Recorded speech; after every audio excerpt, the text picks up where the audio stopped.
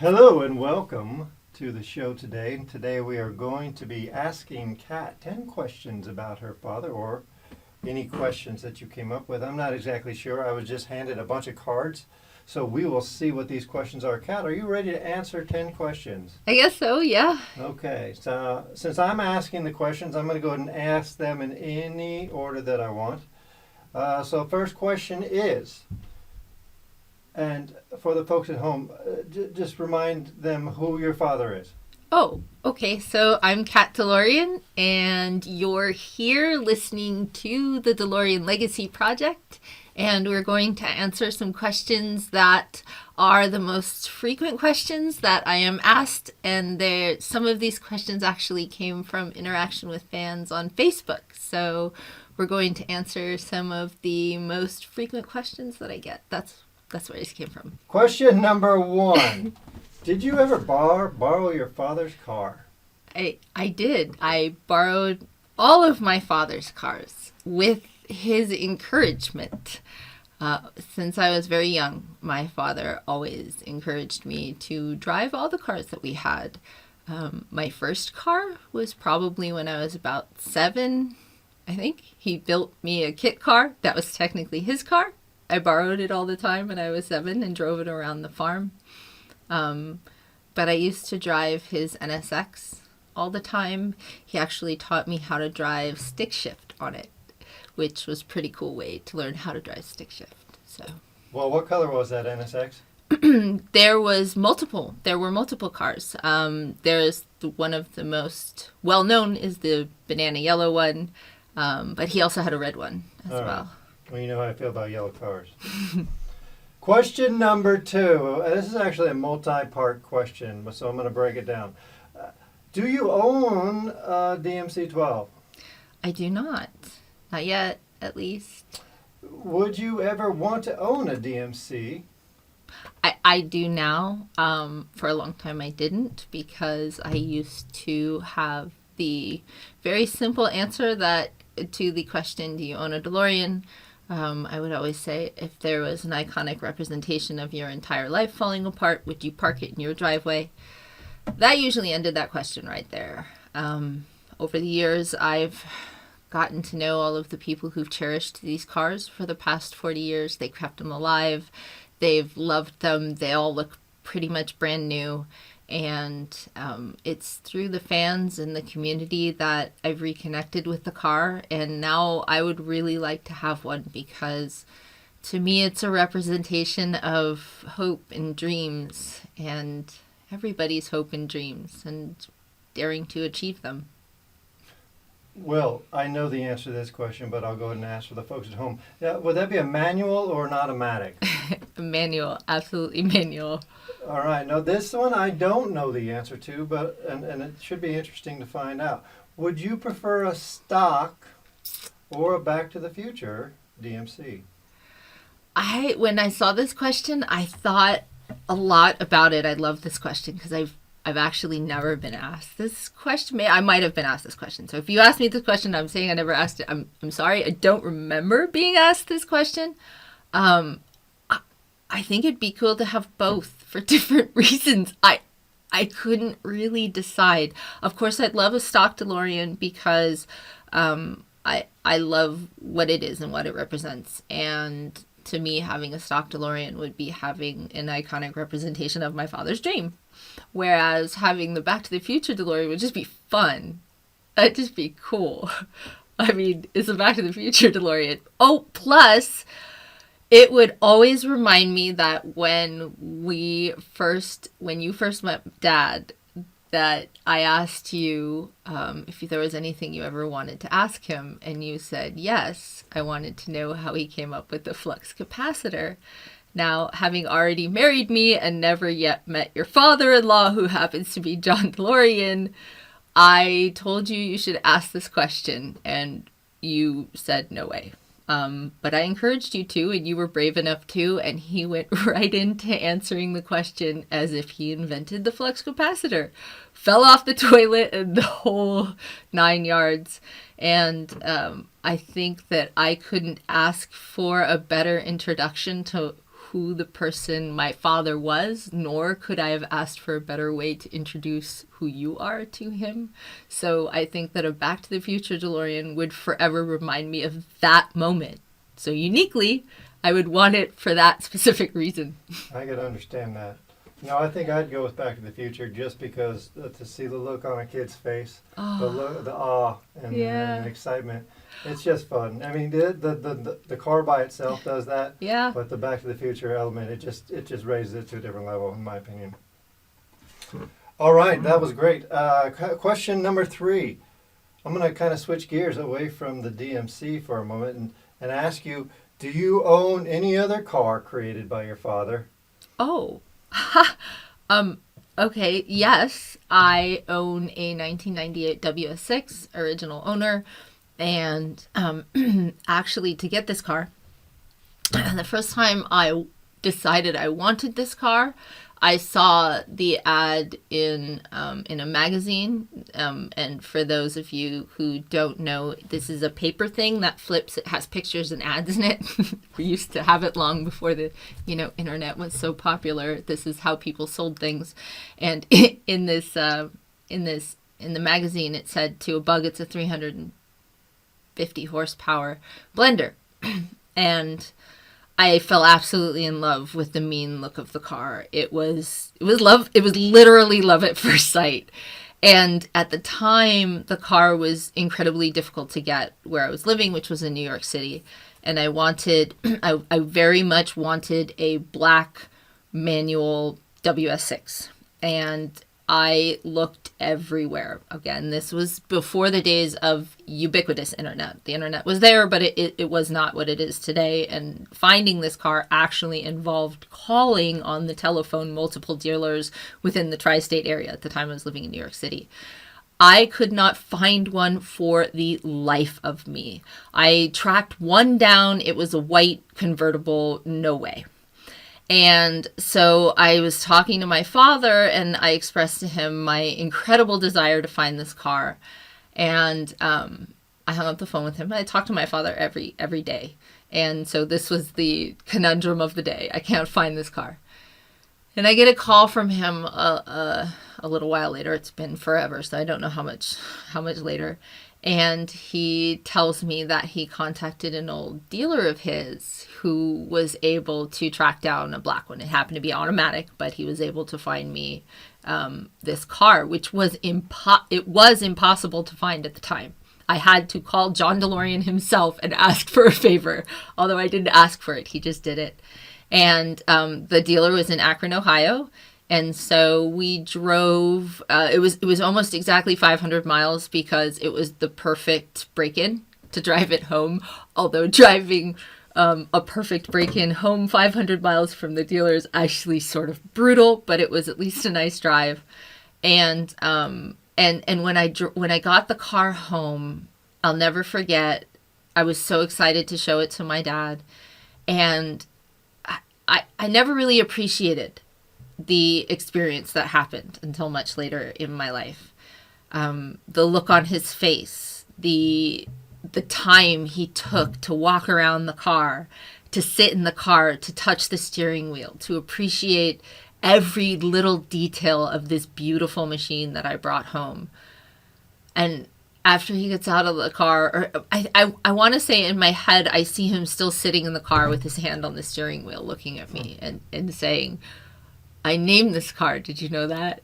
Like a dad with his proud kid in my car.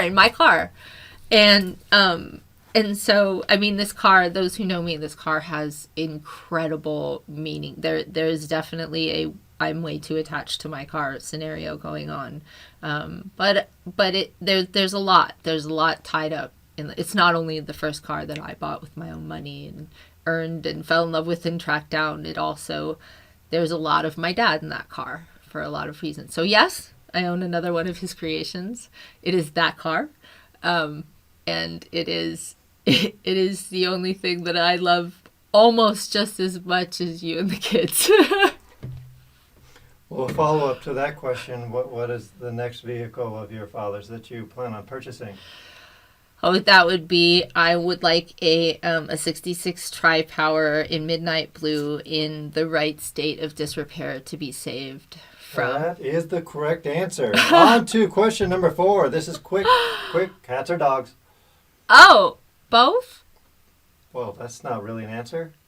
Well, what kind of a question is that? I love cats and dogs. My dad loved both cats and dogs. They're natural enemies. You have to pick one. I don't want to. Okay, fine. Both. A cat, Question because I'm number cat. 5.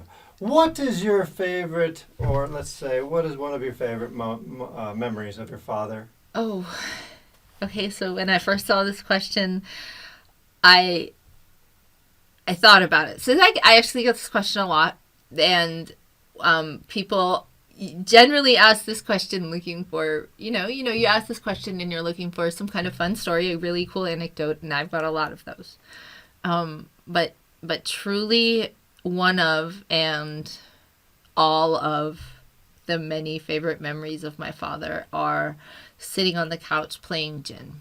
When I was growing up, I visited my father every vacation, and every evening was dedicated to spending time with us. So every single night in my summer vacations, I'd play during the day, and then at night we would go to the local movie store, the little movie shop, Hills Video, I think, Family Video in the Hills. And we'd each rent one movie, and then we'd go home and we'd make microwave popcorn, and we'd sit and we'd play gin rummy all night long and watch movies by the fireplace on the couch in the living room. And this was...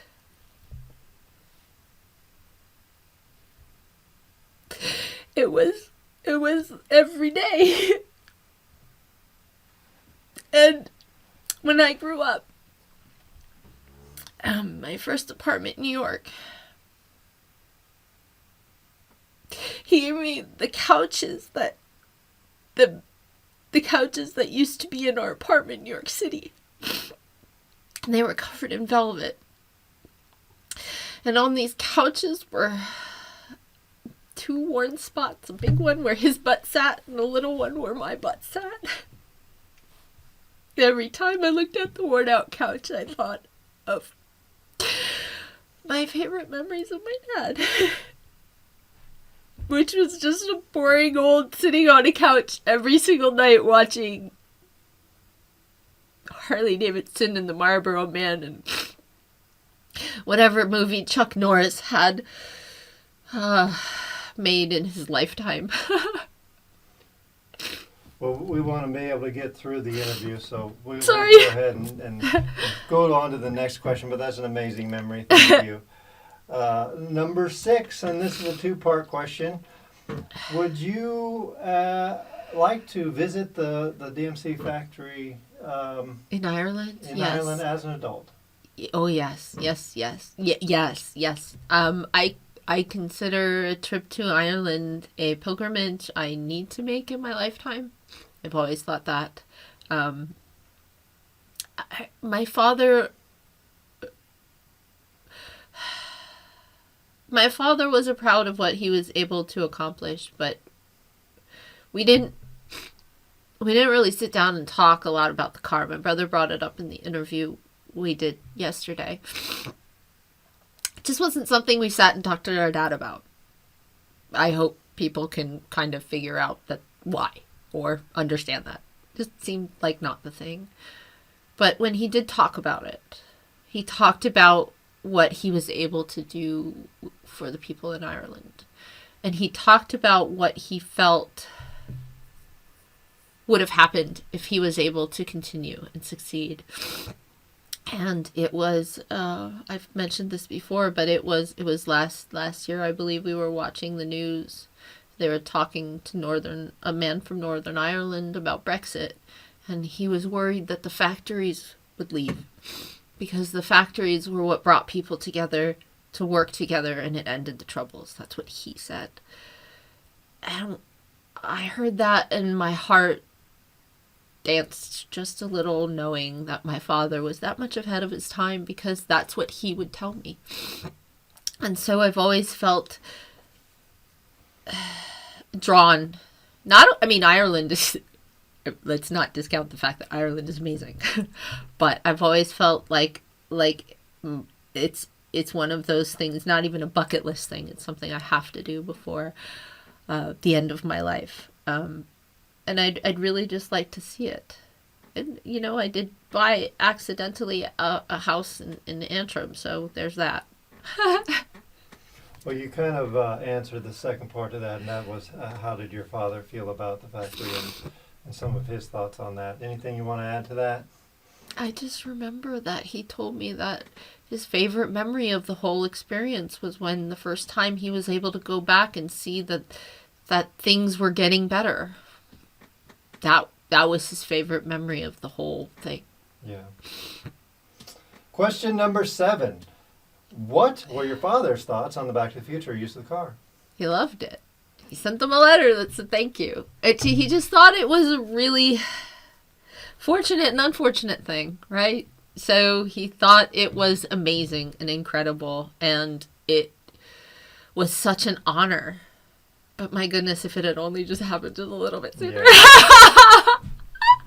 Well, it's amazing when you think of the iconic figures that represent time machines. The immediate thought is the DeLorean. So I think it's linked forever in time with time travel. And it's an amazing thing. So, it's now timeless. that it is. Number 8. And this is one that I throw in here. We've been doing a lot of research on your father, trying to start this journey to find your father. So I'm wondering, out of some of the research that we've started, what's the coolest thing you've learned about your dad recently? Wow. I really liked what he did at Chevrolet with the scholarship program that they had. I didn't know that, so I learned that when he was the head of Chevrolet, each department in GM was able to allocate a certain number of candidates for GM's scholarship program, GM University, right? I believe. And whatever would have been the equivalent of GM University. And at the time, he felt that it was filled with nepotism. And so when he became the head of Chevrolet, he mandated that all of his candidates, all of his spots be given to minorities. And he got in trouble for it. But he stood his ground. And I knew he changed the world in a lot of engineering ways, but to learn, and I always knew personally he stood for these things. I've always heard him speak of social justice, and he taught us all about it. But to know what he has done to help change things, that's definitely the coolest thing that I've learned about my dad. Well, let's go ahead and shift gears here just a little bit to number 9. I see what you did there. Number 9. What is this legacy project I keep hearing all about? Oh, the DeLorean Legacy Project. Okay, so it started off as a book and it turned into a movement. So the DeLorean Legacy Project is a project that involves the DeLorean family, so myself and hopefully many other members of my family, and the DeLorean fans and Pontiac fans of John Z. DeLorean, people who've been inspired by his story, people who want to be inspired by his story, anybody who wants to learn about and talk about and celebrate the positive impacts that my father has had on this world. The Legacy Project is a way for me to connect with all the people whose lives have been changed by my father and his story, and to gather these stories and to use them to inspire others to dare to dream. it's about telling the untold DeLorean story. The part of my father's story that people leave out because it's less sensational. It's not the part that's bad, or it's exciting in my opinion, but I don't know that that's what gets headlines as much anymore. So it should be. And so let's talk about the fact that he literally had somebody put a bigger engine in his own car, lent it to people, saw it was a great idea, and changed automotive history overnight with his own mass producing his own hot rod. That's incredible. That's why is that not the thing people, I mean, I know why that's not the thing that people talk about, but it's mentioned, it's in a blurb, it's in passing, it's in the history books, it's in the hearts of true automotive gearheads, but everybody else never knows it. And the thing is that in all the years, for decades, I have been the face. Since my father was alive, I was the chosen one to, go around and, hey, I don't want to, I don't have the time to actually respond to this. Please help me, or can you go to this and represent me? And so I lost my place because I was thinking about all of the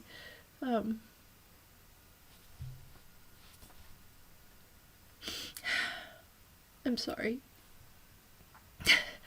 Just breathe, my queen. I know. But I miss my daddy.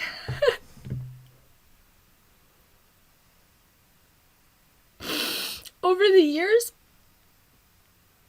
all of these people, they've told me these wonderful stories about my dad and how they learned about him or his car or what he's done and how he changed their life. And these are the people who had access to the truth. Those are the people who had the willingness to look harder past the headlines. Think of all the people who don't get to be inspired because it's so hard to find. So the Legacy Project is about making it just a little bit easier for people to find and be inspired by all of the things that my father tried to do. Maybe change the world just a little bit, one person at a time. Well, we'll go ahead and get into that more in detail in future videos and releases. So why don't we go ahead and get into something more about yourself. What do you do in your spare time? Oh, this? Recently, yes. I love to spend time with you, I guess. But I do a lot of things. So I love woodworking and painting. I love to paint. I love painting. I love playing video games with my husband and my kids. And I love writing. I love writing and mushrooms, walking in the woods and finding beautiful mushrooms and different plant life. I love camping, hanging out in a hammock, playing with my dog, cars, motorcycles. I do a lot of things in my spare time, I guess. So does that mean we can circle back to question number 4 and say you're a dog person? What? No. Oh, what you're going to stick with both, huh? Wait, Lord Vader is my dude. Okay. Wait, how dare you? All right, I'm going to throw in a couple bonus questions here for you, and then that's going to wrap it up. I'm not going to take any more of your time. Okay. What are you looking to accomplish or gain from this DeLorean Legacy project? The project started as a way to give back to the community for everything that they'd given me. It was what I heard from them, what they wanted most was the truth loud, and it was really just hard to have the truth be louder than all of the sensation. What I would like to accomplish with this is to connect with all of the people who've given me my father back. I would like to learn about who my dad is, and I guess find my dad, find my father in all their story, to see him through their eyes, to learn about him through his friends, to get to know the man that I didn't really get all the pieces for, because he left. He left my world too soon.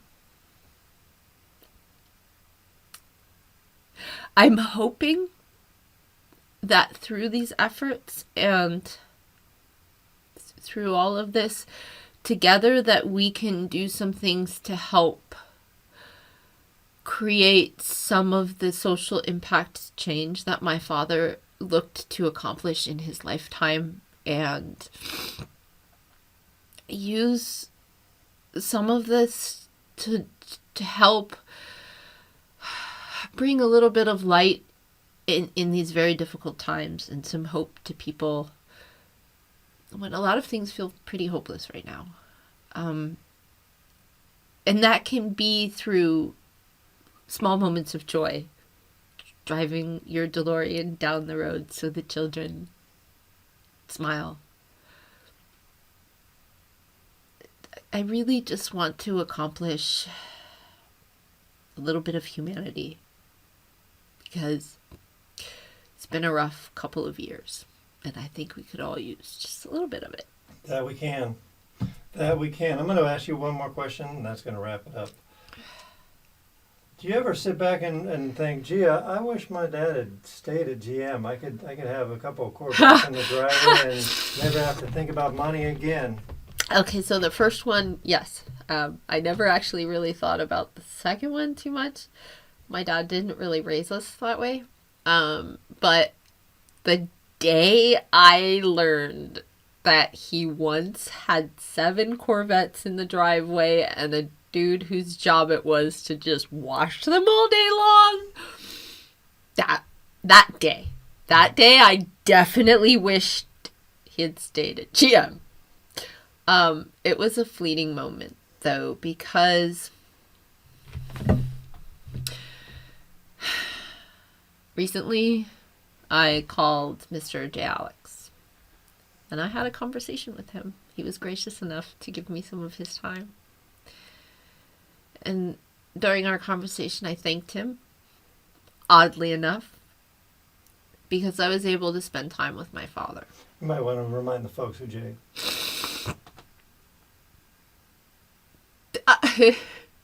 So J. Alex was in the Framing John DeLorean documentary. He was the financial investigator who finally unwound all of the interesting things that happened with Logan Manufacturing.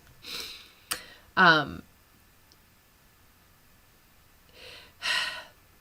of the situation made it very hard for my father to initially recover from. So it had him at home a lot. Now, I do know that he would have made it a point to dedicate time to us. He was that way. He was that way from what little I remember when I was small. From what little I remember when I was small, he always still made time for us. I remember coloring in his Park Avenue office. That's a very long time ago. But I got to spend time with him because he was home. What was your question? I think you answered it, and it was basically,